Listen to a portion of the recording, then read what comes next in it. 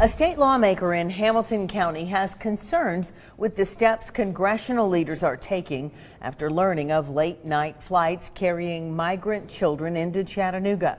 Senator Todd Gardenhire was appointed to a state task force focused on refugee issues in Tennessee. He believes legislation proposed by Tennessee U.S. senators seeking transparency from the federal government is a step too far.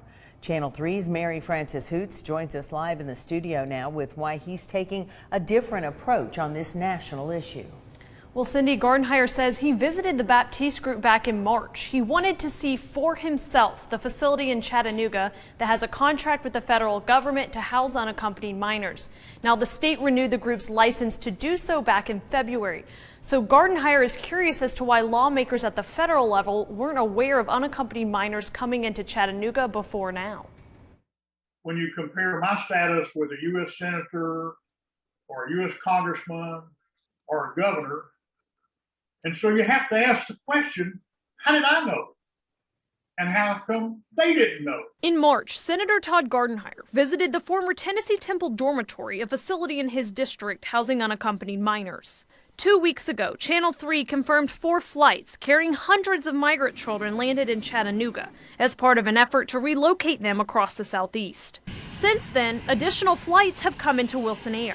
Lawmakers across the state responded to Channel 3's report on how the process worked, saying they were unaware migrant children were being transported through Tennessee and asked for transparency from the federal government. Tennessee congressional leaders took a legislative step after they say they did not receive answers from the Biden administration. I don't know why they couldn't have gotten that information without passing the bill. Senator Gardenhire believes the lawmakers, all Republicans, have used this for political purposes. This is not a partisan issue. This is an issue of what do we do with these children that are here now in America.